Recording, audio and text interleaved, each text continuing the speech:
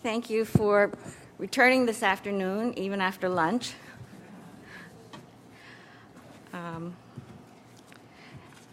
Today I'm going to talk about 5 juvenile justice programs and how they are assisting and healing our young women and girls. The first program is run by NCCD, Center for Girls and Young Women, and the key word is gender responsive. That's one of the basic reforms that juvenile justice facilities are trying to build. What does gender responsive mean? It means that it reflects women's realities, it validates women's pathways to justice systems, and the number one priority is safety, meaning safety with oneself, safety with others, and safety with the staff. For the staff, they are asked to think about, at the end of their shift, are the girls safe? And you've heard all the speakers talk today about the incidence of trauma. So we want to be careful that programs do not re-traumatize our young youth, our clients. Okay, in 1998, OJJDP, the Office of Juvenile Justice and Delinquency Prevention, created guidelines for gender-responsive programming. And some of the guidelines include that girls be treated in the least restrictive environment,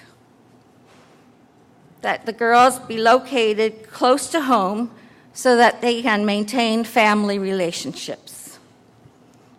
And we're talking about the adolescent's developmental stages at this point. So connection is all important in the girls' lives.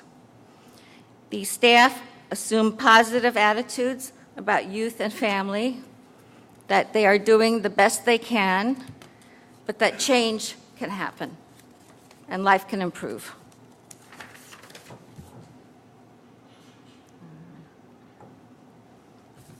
This seems like a simple thing, take time to process thoughts, feelings, emotions, and share stories. However, it's not built into programs that often. And it's where girls do their real work. So it needs to be more formal in terms of recognizing it as an important criterion for effective programs. This program honors girls' opinions and they solicit input, which my guess is that they don't get that too often. And this program is very much based on experiential learning, experiential reflection, and the integrating of the different parts of the self. The program, with its center on alternatives, on safety, also uses alternatives to restraint and seclusion. And you may know that this is one of Ellen's very strong advocacy fields.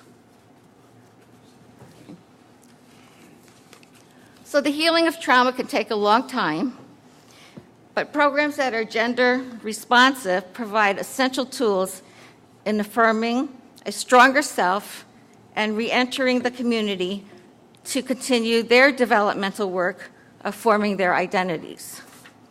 Next program, I gotta move a little faster. Let's see, we'll go here. Okay, the next program is the Washington Institute on Public Policy. They have developed a protocol for analyzing cost-benefit of juvenile justice programs. And they are based on a return on investment metaphor. So I'm sorry, the font is very small. It was the best I could do to get it on one page. The Washington Institute lists in this chart the more successful programs. And by the way, they created this protocol to assist the legislators in their decision-making in terms of what programs they wanted to fund.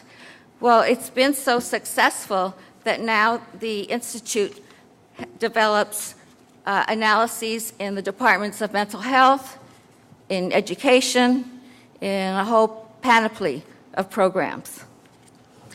The first program listed is functional family therapy, which we often see as a very effective treatment. And if you go to the, third from the right column, you'll see that the benefits, the cost of the benefits, minus the cost of the program, have been very significant, $67,108. Aggression replacement therapy, also evidence-based, and these programs are utilized in our Department of Mental Health in Los Angeles. For aggression replacement, the savings was $61,440. And then finally, multidimensional treatment, foster care, was a savings of $31,276. And for those of you who are interested in other analyses, I'd be glad to talk to you about it.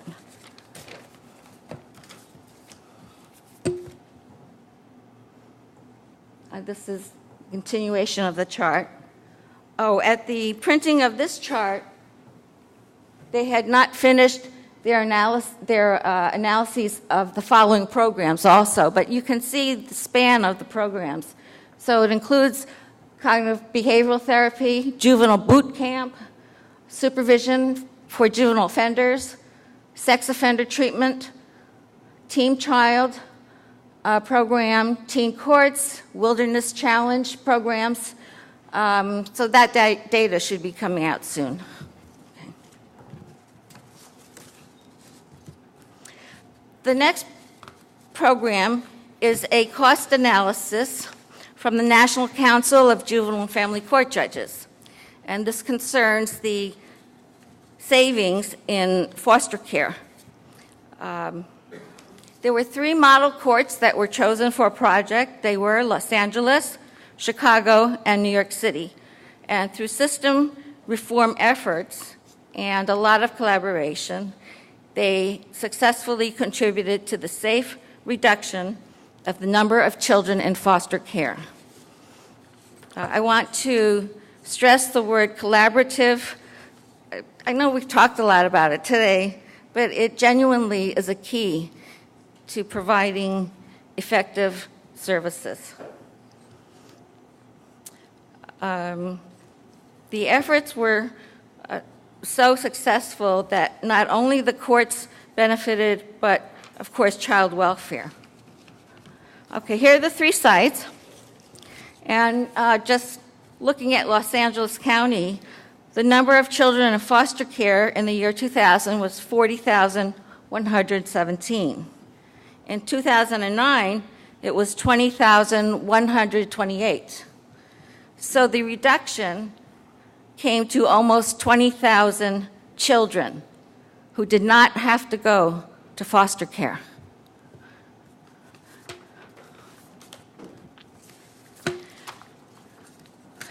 Okay. The annual cost savings for the sum of those 3 jurisdictions comes to $1.3 billion. Nothing to sneeze at, huh?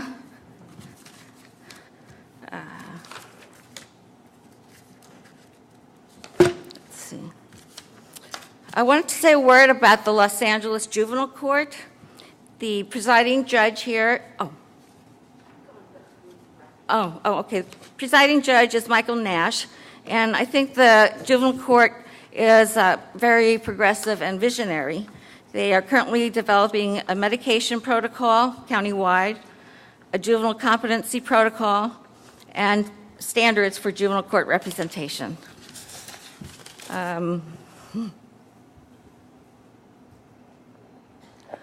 this is a diagram of a mediation program in Baltimore, which I was involved in several years ago.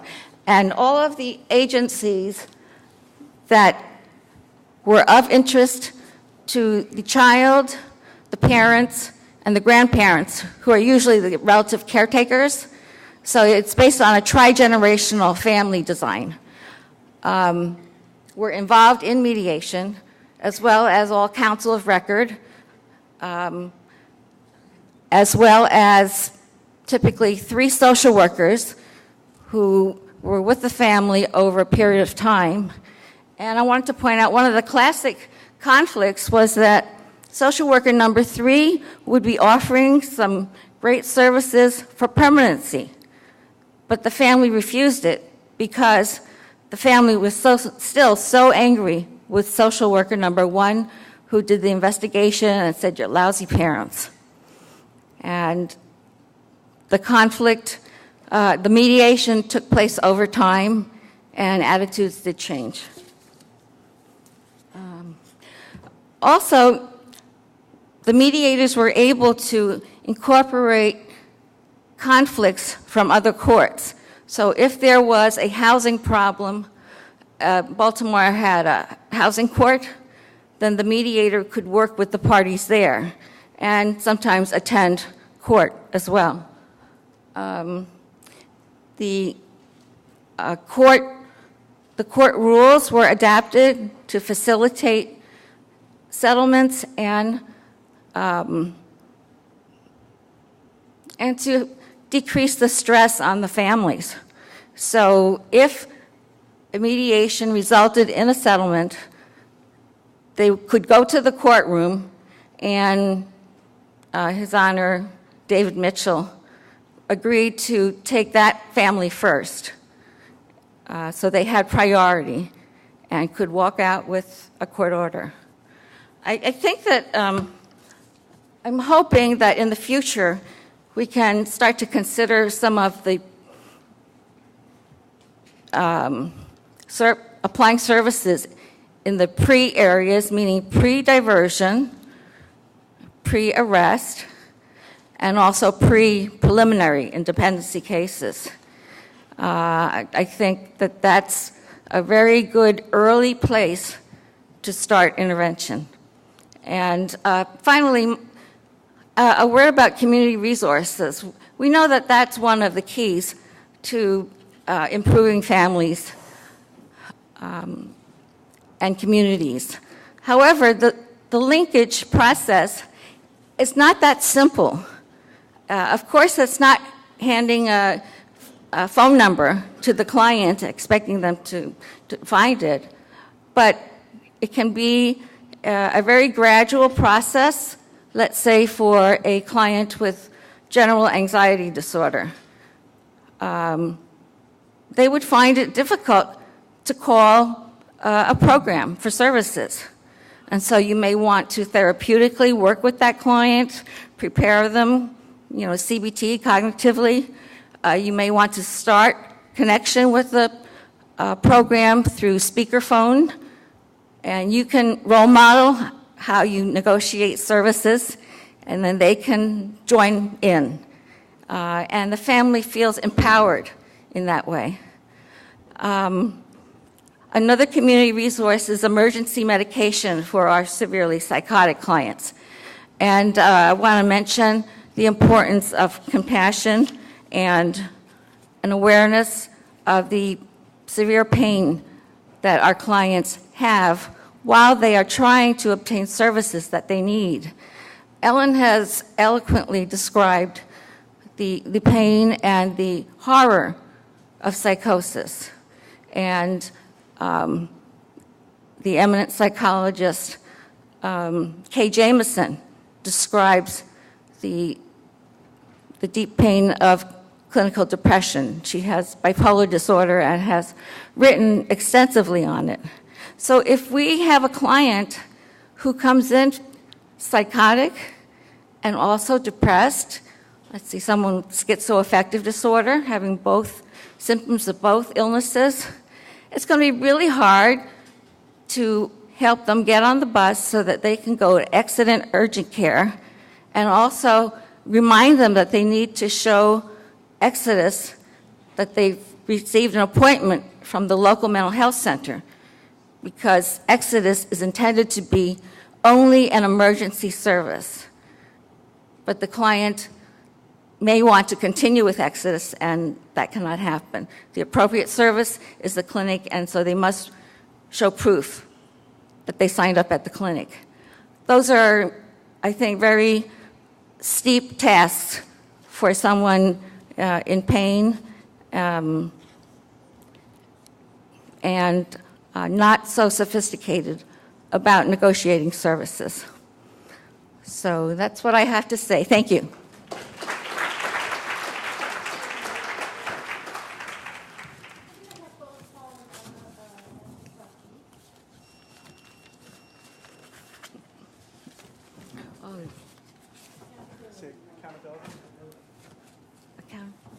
Dave Meyer is whispering accountability. It's not just about individual accountability, it's about our accountability as a community to ensure that the injustice of imprisoning our special needs populations who don't get the appropriate help they need is avoided by extricating them in any way that we can. I want to reinforce something Anna said, which is the earlier we can intervene to prevent incarceration, the more critical the benefits are. We had a streeter service program that PATH ran where they had a social worker at the police station, so at the point of arrest, the police could bring special needs populations where they felt homelessness, addiction, mental illness were at the core of the behavioral problems, and the social worker could basically discharge them to an appropriate provider that day and no charges would be filed. It's an amazing model. Go ahead. Thank you for the wonderful talk. I'm a psychologist at the Department of State Hospitals, and a lot of my patients, relate quite closely with the public defenders, and oftentimes the public defenders are their lifeline. And I am wondering what sort of outreach there may be for our overextended and oftentimes very busy public defenders so they can receive education and achieve some greater awareness to facilitate the needs of the patients with severe mental illness.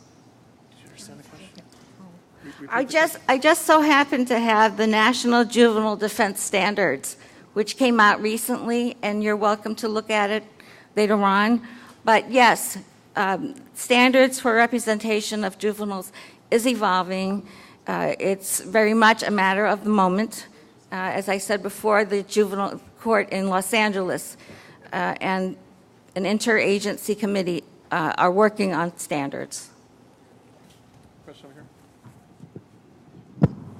I just have a comment. I wanted to thank you for bringing up the point of compassion towards people who are trying to get hooked into services when they come out of the system. They're in a very overwhelming time in their life. And not only is it very emotional, it's organizationally difficult sometimes to get hooked into services. And what we have to remember is that mental illnesses are also brain disorders, and you can have difficulties with attention and organization and planning and motivation and things like that. So I think that that element of compassion from the criminal justice system towards the mentally ill and just some patience in trying to get them hooked in. So thank you for bringing that point up. And thank you. Let me just add that we want to work with our clients through their clinical needs, so that in depression we know that concentration can be impaired. So we'll give them paper and a pencil and let's start making some lists. Address the symptoms as well as you can. I have a question about mediation. Is there anybody who is not well suited to mediation, or as opposed to who is it good for? Thank you. That's a good question. Not all cases are intended to be mediated or can benefit from mediation.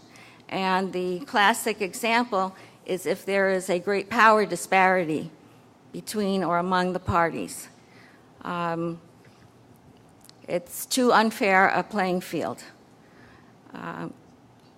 If we also, tying this in with pre-diversion, if settlements are made at that stage, I would also like to see the clients review the settlements with a pro bono public defender to be sure they haven't given away any of their rights or possibilities. And our clients in Baltimore were lucky to have that.